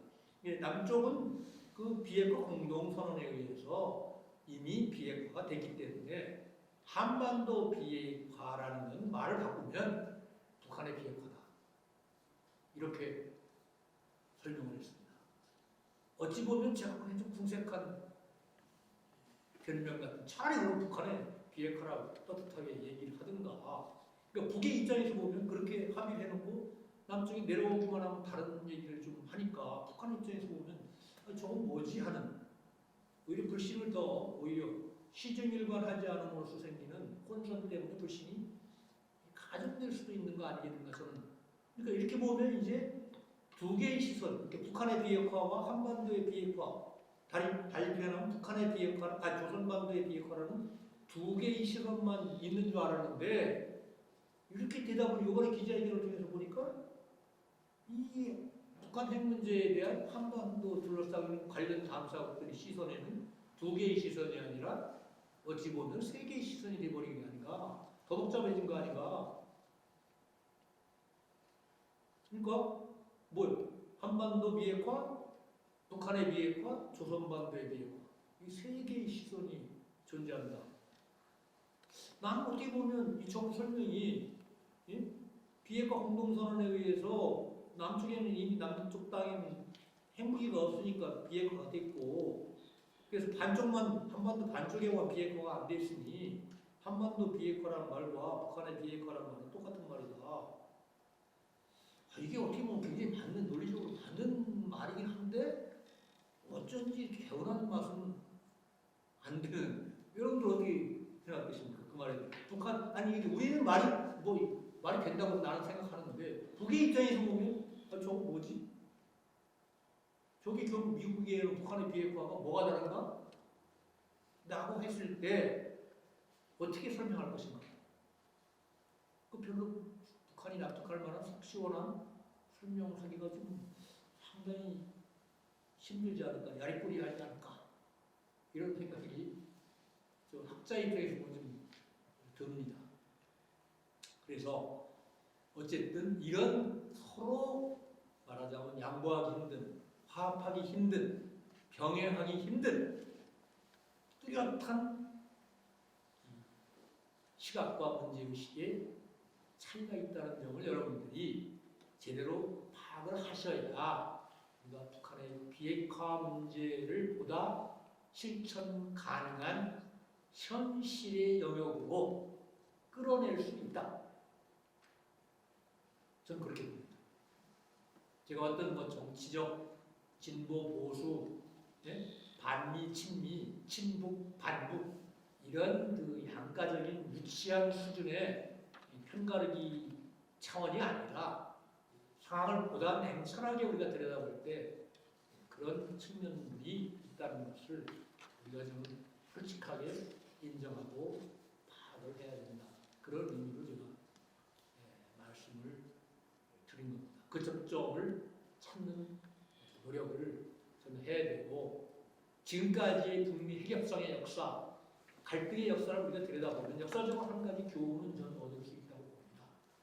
그것은 무엇이냐 하면 북한은 한 번도 미국이 강으로 나왔을 때 약으로 나온 적이 없습니다.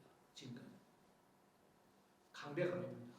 미국이 강압적으로 나온 북한도 절대 유화적으로 나오지 않아요. 강압적으로 나왔습니다.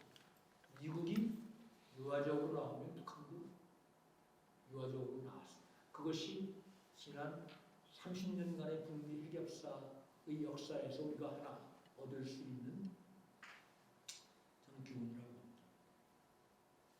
그러니까 제재를 통해서 북한 핵 문제를 해결한다라고 하는 것은 지금 제재가 20년 가까이 강원 물론 전략을 병행을 했습니다만 지속되어 왔는데 아직도 북한은 제재에 항복하지 않고 있습니다.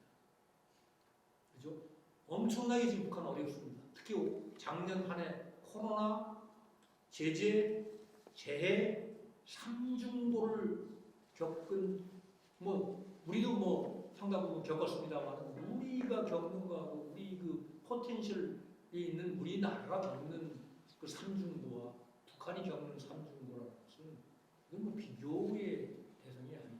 지금 아마 북한은 직간접적인 경로로 제가 들은 바에 의하면 식량난이 가중되고 있습니다. 굉장히 어렵습니다. 그렇다고 노골적으로 손 내밀 수도 없는 코로나 상황에서 손을 내밀 수도 없고 자기들이 공언해온 또 이야기들이 있기 때문에 의심상 이렇게 노골적으로 손을 내밀 수 없는 그런 위기 상황입니다. 북한이 위기가 고조되는 것이 우리한테 좋을 게 없습니다. 한반도의 평화와 번영의 시대를 우리가 만들어내기 위해서는 북한이 어떤 의미로든 어떤 이유로든 불안정한 것은 우리한테 도움이 되지 않습니다. 미국의 입장과 우리 입장은 또 전혀 다른 입장. 우리는 인체로 비유하면 허리가 뭡니까? DMZ 신고. 군사분계선이 허리입니다. 그러니까 그냥 북에서 우리나라, 우리 적이라고 해서 북한에 일어나는 북한의 아픔이, 북한의 고통이, 어려움들이 우리하고 무관한 게 아닙니다. 우리한테 직접적으로 연결되어 있습니다. 마치 우리 머리가 아프면 그게 어디까지 영향을 미칩니까? 발끝까지 미치는 거 아닙니까? 실권 조건 간에 그것이 연동되어 있는 겁니다. 어떤 의미로 보면. 차라리 뚝 떨어져서 완전히 동반은 아무것도 다른, 완전히 다른 것이 되어버리면 차라리 괜찮은데 싫든 좋든 불가피하게 연동되어 있는 부분 때문에 우리는 때로는 싫지만 밉지만 북한에 대해서 적극적으로 개입하지, 인게이지 하지 않을 수 없는 그런 구조적인 요인들을 안고 있다는 겁니다. 그래서 시간이 많지 있기 때문에 정리를 해보도록 하겠습니다. 핵 문제라는 것은 바로 이런 본질적 특성들을 안고 있다는 얘기입니다. 북한 핵 문제라는 건 북한의 입장에서 보면 체제의 안전을 담보하는 카드이면서 또 일정 부분 적이든 인접국이든 자기들이 요구를 관철할 수 있는, 뭘 요구하는, 때로는 무리하게 요구할 수 있는 일종의 카드로서 의미가 있는 것이다. 다시 말씀드리면 억제와 강제를 동시적으로 규정하는 그런 카드다. 이런 얘기입니다. 그러니까 재래식 무기나 경제력으로 남북한 대결에서 북한은 이미 뭐예요? 경쟁의 대상이 아닙니다. 그죠? 경제력으로서도 특히 이건 전혀 비교의 대상이 아니고 재래식 군사력의 측면에서도 무기 운용 체계나 무기의 질이나 정보의 능력이나 이런 측면에서 보면 우리 군사력이 저는 압도한다고 봅니다. 다만 빈 카운트, 나달, 콩알 세기, 비행기 대수가, 탱크 대수가 몇 대다 이건 현대 무기 체계에서는 그렇게 의미가 유의미한 무기의 군사력 균형의 무기 비교의 척도는 아닙니다. 그런 의미로 본다면 그러니까 북한이 비대칭 그걸 상쇄시키려고 어떻게 보면 핵무기 개발하는 것이고 미국이 계속 우여가니까 미국한테 관심을 끌고 미국한테 억제력을 확보하는 수단으로서 핵무기 말한 게 없기 때문에 핵 개발하는 게 되겠죠. 모턴 카플란이라는 국제정치학자가 하나의 아이디얼 타입으로서 이념형으로서 전형적인 국제 체계의 5가지 유형을 이제 제시한 적이 있는데 마지막에 무슨 체제를 제시했냐면 유닛 비토 인터내셔널 시스템이라는 거예요. 전단위 거부권 보유 체제. 그러니까 모든 단위 주권 국가들이 디나이얼 파워 국제 체제에서 다른 나라한테 나 니들 요구하는 못 들어주겠다. 디나이얼 파워를 갖는 국제 체제는 이게 바로 유닛 비토 인터내셔널 시스템이에요. 그러니까 전단위가 모든 단위 주권 국가들이 국제사회에서 디나이얼 파워 거부권을 가질 수 있는 국제 체제. 어떻게 보면 무질서한 이런 체제겠죠. 어떤 경우에 가능하냐? 바로 핵무기 같은 것을 보유한 모든 단위 주권 국가들이. 그러니까 전화를 말하자면 제압하려면 비용이 너무 많이 드는 코스트 베네핏. 함수 관계에서 결정 영향력이 우선순위가 결정되는 거 아니겠습니까? 그죠? 그러니까 먹기는 먹을 수 있는데 너무나 먹기 위해서 들어가는 비용이 크면 어때? 포기하고 그러니까 저쪽 상대방한테 뭘 갖는 억제력을 갖는. 북한이 어떻게 보면 이 카플란이 얘기하는 이 디나이얼 파워를 핵무기를 통해서 얻으려고 하는 것이다 이렇게 볼 수 있는 겁니다. 그래서 문제는 굉장히 어려운 게 이것이 하루 아침에 이 부분이 해결될 수 있는 문제가 아닙니다. 핵 문제가 비핵화라는 것도 여러 수순과 단계와 절차가 있는 것이지 북한이 비핵화한다고 해서 어느 하루아침에 해결되는 게 아니죠. 이 검증 절차만 해도 엄청나게 까다롭고 그 다음에 북한이 말하자 미국이 요구하는데 핵물질 리스트, 핵무기 위치 이런 목록을 내면 미국이 그거 믿겠습니까? 만약에 예를 들어서 내는 데로 가서 다 사찰을 했는데 다 이제 확인이 됐으면 어디 다른 데 또 감추는 거 없나? 이렇게 되는 겁니다. 결과적으로. 이렇게 북한이 실제 그 수순으로 들어가도 이 북한 핵 문제를 완벽한 방식으로 깨끗하게 정리하는 북한의 비핵화라는 것은 얼마나 시간이 걸릴지 아무도 알 수가 없는 겁니다. 그만큼 힘든 지난한 과정입니다. 그렇게 가는 동안에 한반도의 질서를 안정적으로 더 이상 이 전쟁의 가능성을 줄이고 평화를 제도화하는 이것이 필요한데 지금 우리한테는 보통 학자들이 트릴레마라는 표현, 삼중모순이다 이런 얘기를 합니다. 그러니까 한반도를 둘러싸 우리가 지금 추구하는 목표가 뭐예요? 북한의 비핵화, 한반도 평화 체제, 그 다음에 한미 동맹의 공고화. 이 세 가지를 이제 다 달성을 해야 되는데 트릴레마라는 이 세 가지를 동시에 같은 비중으로 달성하기는 매우 어렵다. 어떻게 어려우냐? 우리가 북한의 비핵화를 계속 강력하게 요청하면 어떻게 돼? 한반도 평화 체제는 굉장히 흔들리죠. 왜 북한이 말 안 듣고 계속 긴장을 고조시킬 수 있습니까? 응? 그러니까 그러면서 한미동맹 체제 그러면 이거 안 되니까 북한의 비핵화를 포기하고 북한의 비핵화를 포기하면 이거 굉장히 이게 한반도 이 질서를 안정적으로 계속 유지하기 어려워지는.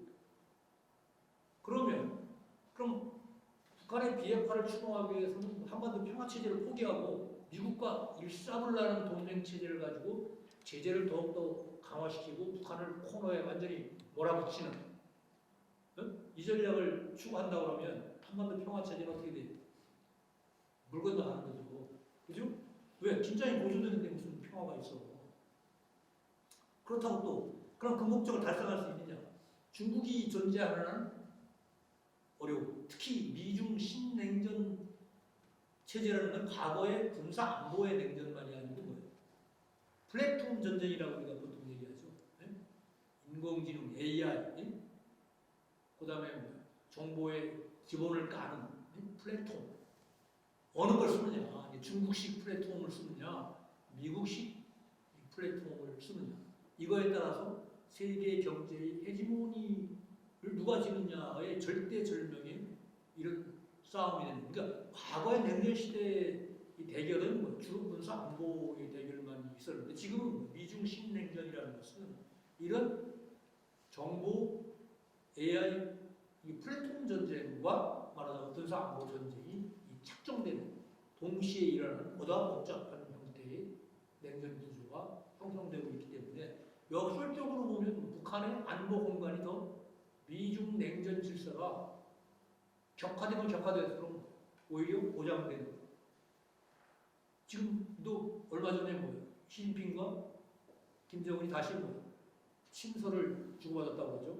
그러니까 우리가 코드 얘기하고 여러 가지 한미일 동맹 체제가 강화되면 뭐 북중러 동맹 체제도 따라서 어떻게 되는 겁니까? 강화되는 겁니다. 그러면 남북한의 긴장은 고조되고 북한 핵 문제 해결은 요원해지는 이런 거예요. 그렇다고 북한의 비핵화, 한반도 비핵화도 하고 한반도 평화 체제를 추구하게 되면 이게 굉장히 좋은 거 아니에요, 그죠? 비핵화를 통해서 한반도 평화 체제를 만들어내면 그러려면 뭐 일정 부분 한미동맹 체제를 어떻게 해야 돼요? 재조정시켜야 돼요. 최소한 뭐 동맹의 재조정까지는 필요한데 우리 인구의 50~60%가 뭐 용납하지 않죠. 한미동맹 체제를 이완시키거나 네? 조금 뭐 성격을 바꾸거나 이러면 우리 국민 정서가 아직은 용납하지 않습니다. 그러니까 동력을 얻을 수 없어요. 그러니까 이 좋은 세 가지를 달성해야 되는데 세 가지를 동시에 달성할 수는 없다. 지금 현재. 그래서 이게 트릴레마다. 삼중모순 딜레마 구조다 이렇게 얘기하는 겁니다. 따라서 좋은 걸 다 할 수는 없고 어찌 보면 선택을 해야 되는데 우리가 그런 동력을 확보하려면 편가르는 이렇게 지금 굉장히 보수 진보 여야가 뭐 이 엄청나게 본질은 말하자면 도외시키고 죽느냐 사느냐 자기 진영 싸움만을 지금 어찌 하고 있지 않습니까? 지금 서울시장 선거, 부산시장 선거, 뭐 차기 대선 이런 데서 올러러싱 게임만 하지 전 국가적 국민적 차원의 어떤 이런 중요한 문제들에 대해서 진정한 고민을 제가 보기에는 요즘 난타전을 벌이는 거 보면 안중에 없는 듯한 그런 양상을 지금 보이고 있습니다. 근데 이렇게 선택을 하려면 국민 대다수가 동의하는 거버넌스를 갖추지 못하면 공룡을 확보할 수가 없어요. 아무리 좋은 정책이라 하더라도. 네? 잘못하면 뭐 계속 우리가 미국에 일방적으로 알리는 우리의 주체적인 외교 공간이 점점 더 축소되는. 왜? 국민 거버넌스 체제를 갖추지 못하면 그 기반이 약화되기 때문에 우리의 주체적 결정 능력의 공간이 없어지는 겁니다. 어찌 보면 그게 무슨 단순히 보수 진보 여야의 싸움이 아닌데 지금 현재는 뭐 자꾸 그런 펜스를 치고 그런 식으로만 자꾸 이 상황을 몰고 가는 거 아닌가. 이 안타까운 심정을 지울 수가 없습니다. 그래서 좀 결론 삼아서 제가 이런 말씀을 드린다면 우리가 착각하지 말아야 될 것이 남북관계가 몇 번 서로 정상회담을 하고 뭐 화해 협력을 한다고 해서 해결될 문제가 아닙니다. 사실은 우리가 냉혹하게 겸허하게 현실을 저는 인정해야 된다고 봅니다. 남북관계라는 것은 그냥 원론적인 수준에서 말씀드리면 이 땅에 살고 있는 모든 사회 구성원들의 이 진정한 지지를 받는 정통성이 있고 말하자면 올바른 체제가 어느 체제인가를 놓고 이 사회 구성원들 사이에서 싸움을 하는 대결의 갈등의 본질이 군사 대결이 아니라 정치 대결이라고 봅니다. 그러니까 남북한 이 두 국가 서로 이념을 달리하고 국가 정체성을 달리하는 이 두 국가적 실체가 한반도 전체에 살고 있는 구성원들의 지지를 누가 더 많이 받는 국가이고 체제이고 이념인가를 놓고 뭐요? 싸우는 것이다 이겁니다. 다만 북한이 저렇게 어려워지고 우리의 어찌 보면 뭐 경쟁 상대가 아니어서 아닌 것처럼 착시 현상을 불러일으킬 따름이지 아무리 남북관계가 좋아져도 이 본질이 바뀌는 것은 아닙니다. 무슨 얘기인지 아십니까? 그건 뭐 어떻게 보면 국적으로 통일이 될 때까지 이 이슈는 사라지지 않는다는 겁니다. 뿌리가 굉장히 깊습니다. 3.1운동 이후 발이 강하게 일순의 민족 자결주의에 속아가지고 가가지고 그냥 그 나라 이름 그 서름을 뼈저리 느꼈던 강화의 이후에 한국의 독립운동의 뿌리가 좌우로 갈라져 있지 않습니까? 그것이 오늘 남북한으로 연장되어 있는 겁니다. 그러니까 이게 그렇게 이 분단과 이 남북한 대결과 갈등의 깊이와 그 차이가 어느 한순간에 무슨 몇 번의 그런 거 가지고 해결될 수 있는 게 아닙니다. 따라서 북한 체제가 상당한 수준으로 남한 체제와 비슷해져서 체제의 상용도라고 우리가 보통 얘기합니다. 전문용어로. 상용도가 12 만점이면 9 정도는 가야. 달리 말하면 남북한의 핵심 정치 세력들이 누가 정권을 잡아도 그 다음에 같이 이게 통일이 돼도 공동의 이익의 정치적 권력의 이익의 영역이 만들어지기 전까지는 근본적인 평화와 협력의 관계를 만들기가 어려워진다는 겁니다. 그래서 누가 잡아도 그 다음에 통합이 돼도 잃는 것이 없는 같이 공동의 이익을 추구할 수 있는 그런 바탕이 만들어질 때만이 평화적인 방식에 의해서 남북이 하나가 되는 가능성을 우리가 상상해 볼 수 있는 겁니다. 그 전까지는 아무리 교역력이 활성화되고 뭐가 하더라도 궁극적인 본질은 어떻게 보면 달라지지 않는다. 그런 긴 흐름 속에서 전쟁을 하는 것보다 긴장이 고조되는 것보다는 남북 간의 질서가 안정적인 미래가 말하자면 예상되는 안정적인 평화를 만들어 내는 것이 남한한테도 좋고 북한한테도 좋은 것이기 때문에 좋든 싫든 우리가 북한을 허용해야 되고 고민을 때로는 일부 짊어져야 된다는 것입니다. 북한도 언제까지 지금과 같은 방식으로 그 체제를 유지해 나갈 수는 없다고 봅니다. 그래서 2018년에 김정은이가 방중앙위원회 전원회의를 통해서 정책의 근본적인 그 기본 노선을 바꾸려고 했습니다. 그러니까 행복이 우리 보였다. 이제 됐다. 더 이상 안 해도 된다 하는 그런 전제에 의해서 경제 발전에 모든 국가의 총력량을 집중시키는 노선으로 전환을 일단 했습니다. 그래서 시작된 게 남북 간의 회담이 시작됐고 국민 회담도 시작을 했는데 그게 예상대로 계획대로 생각대로 아까 여러 가지 이유로 안 돼서 좌절을 하게 된 것입니다. 제가 북한에 그동안 여러 차례 한 20여 차례 제가 북한을 다녀온 적이 있습니다. 그런데 이명박 박근혜 정부 10년 동안 우리가 북한을 갈 수가 없었고 우리가 또 일부 허용한 북한에서 우리를 안 받아줬고 북한에서 받아주고 우리 정부가 허용을 안 해가지고 한 10년간 방북을 못하다가 제가 2018년 아까 말씀드린 대로 두 차례 북한을 갔었습니다. 하나는 바로 그 9.19 평양 남북 정상회담 특별 수행원 자격으로 평양에 갔었고 그해 11월에는 우리민족 소독기 운동 상임 대표 자격으로 북한과 협력사업 논의차 북한에 4박 5일 체류했습니다. 2018년에 북에 2번 갔는데 2018년에 본 북한은 제가 그 이제 10년 전에 봤던 북한하고 뭘 제가 아주 주마감살적으로 본 거지만 물론 전제 한계가 있습니다만은 그 인상이 매우 좀 달라져 있었습니다. 물론 평양만 제가 보고 와서 이런 말씀을 드리는 건 다소 좀 일반화시키기에는 위험한 거지만은 어찌됐든 매우 도시 분위기가 달라져 있더라.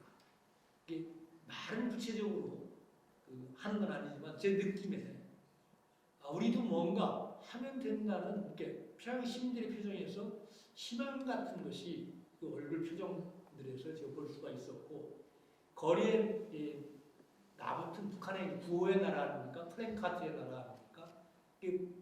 구호 중에 가장 그 번화가에 많이 쳐진 구호 중에 하나가 이런 거였습니다.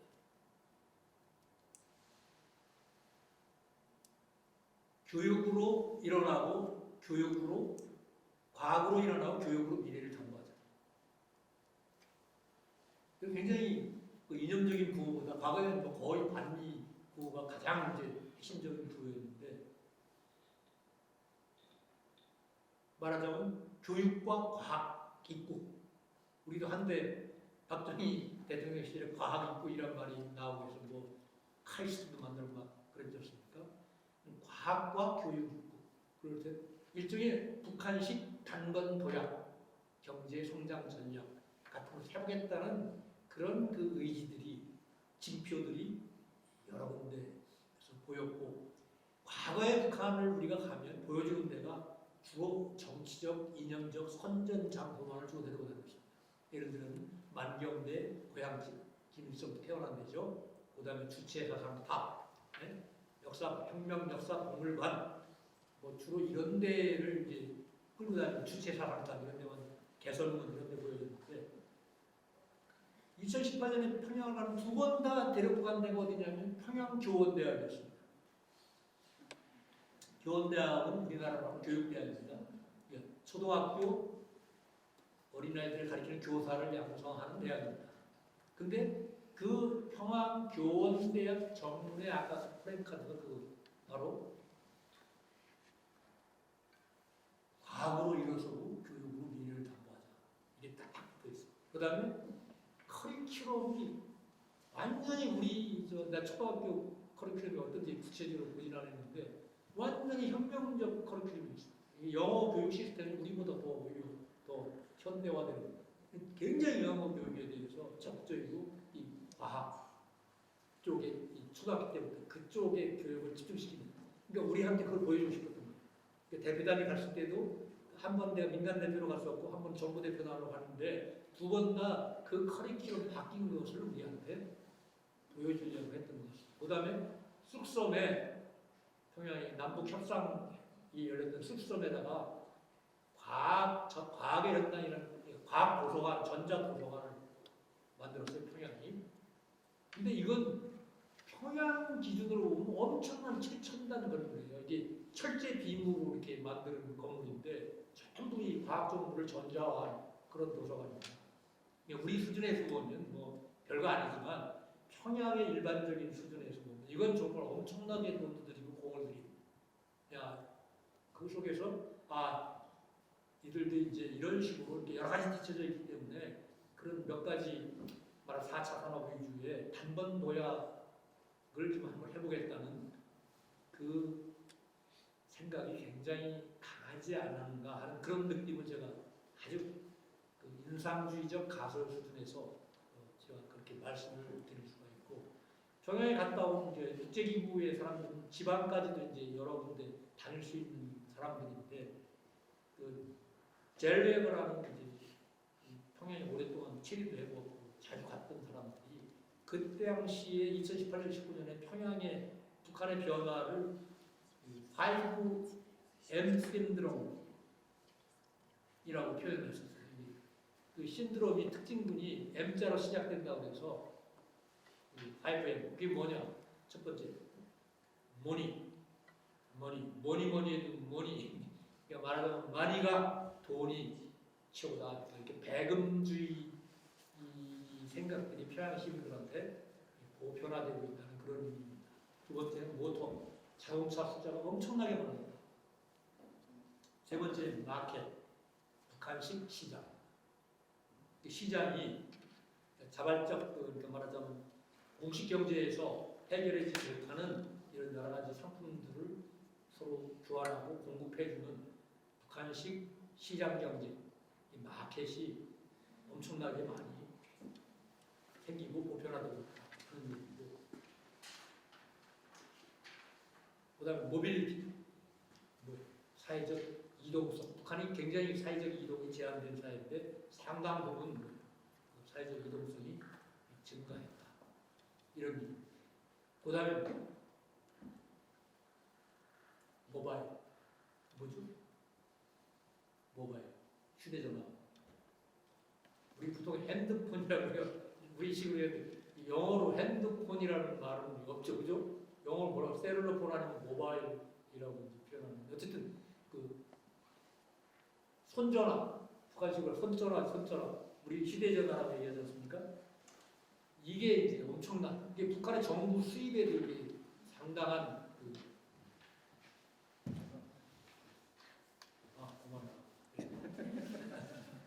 듣고 싶은 얘기였습니다.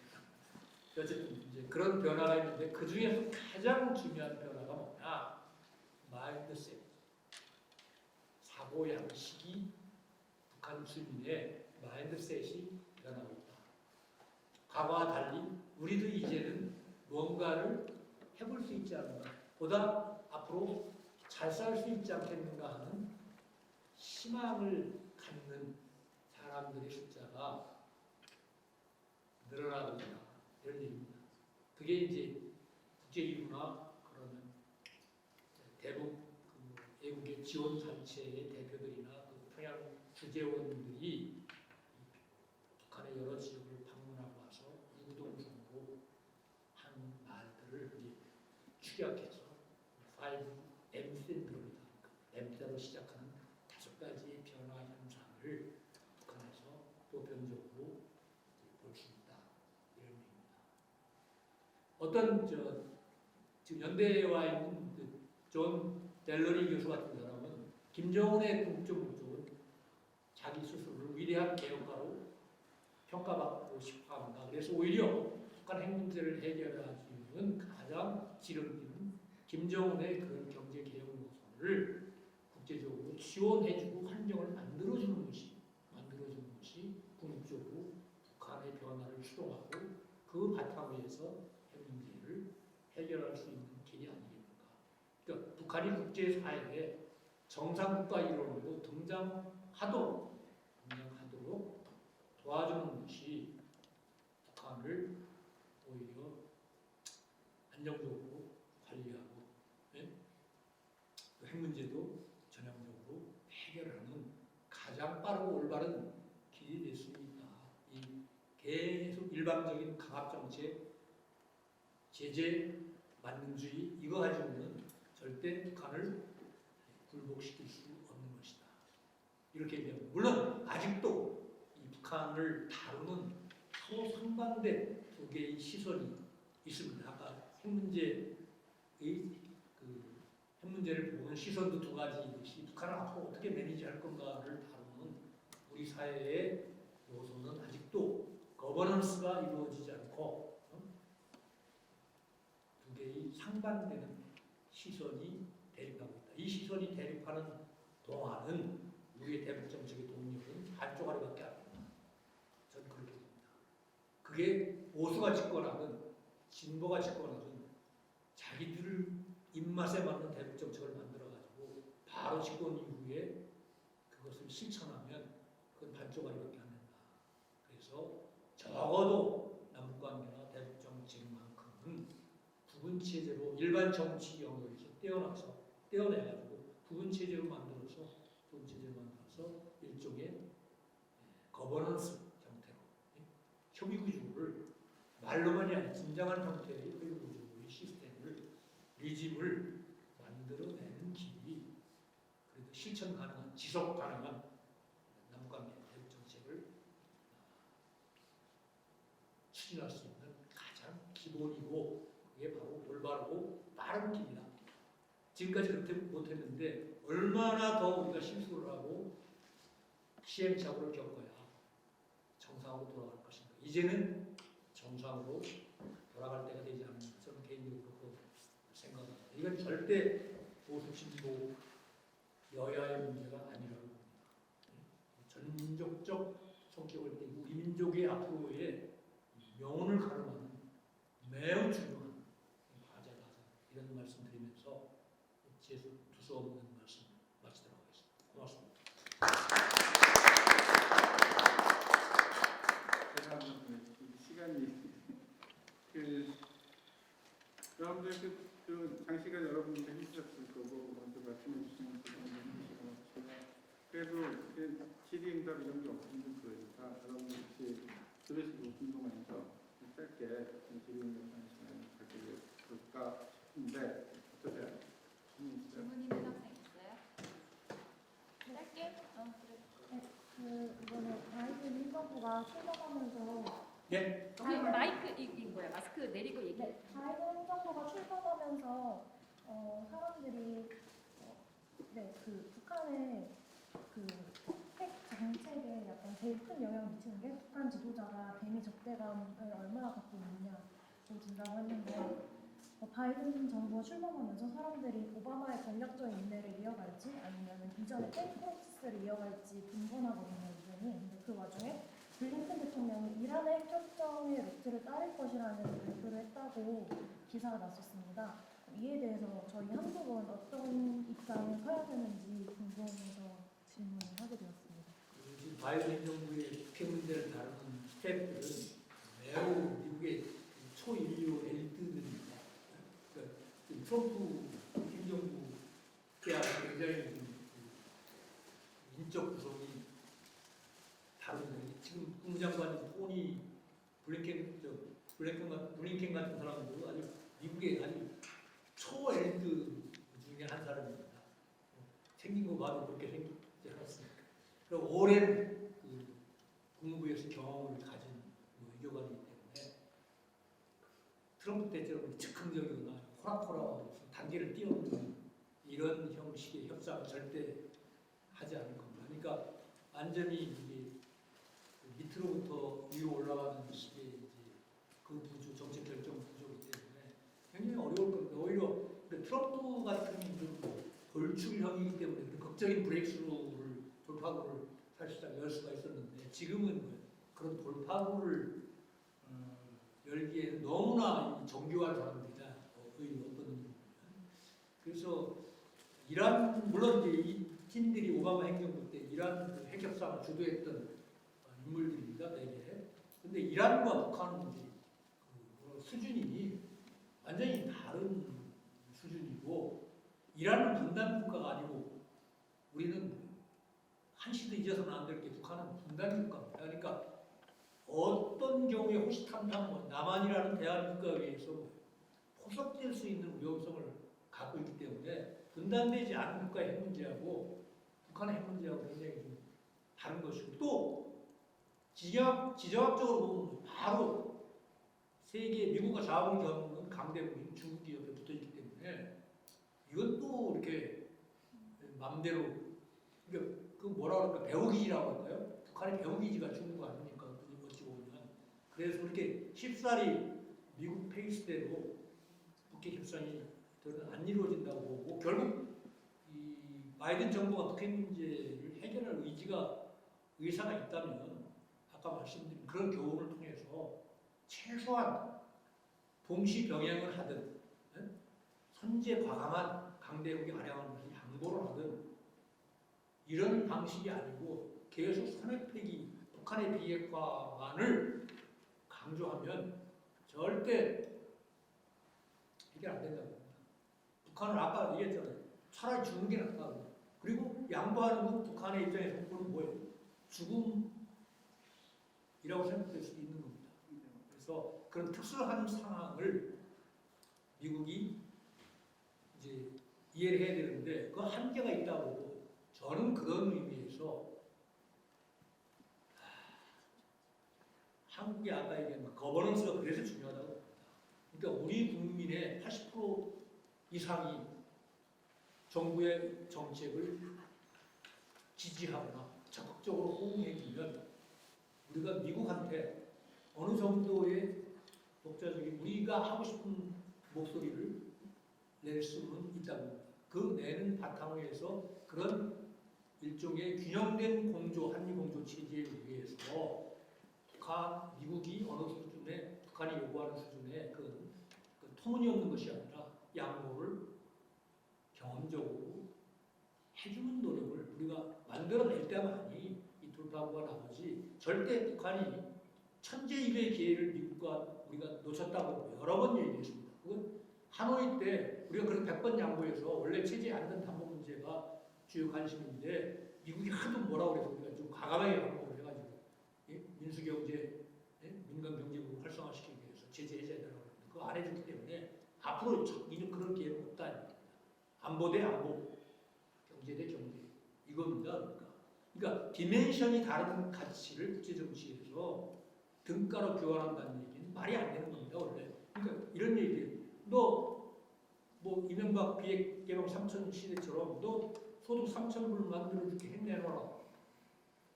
그건 말을 바꾸면 너 목숨 내는 건데 3,000불 줄게. 그러면 3,000불 받기 위해서 목숨 내놓겠습니까? 미친 놈이면 내놓겠죠.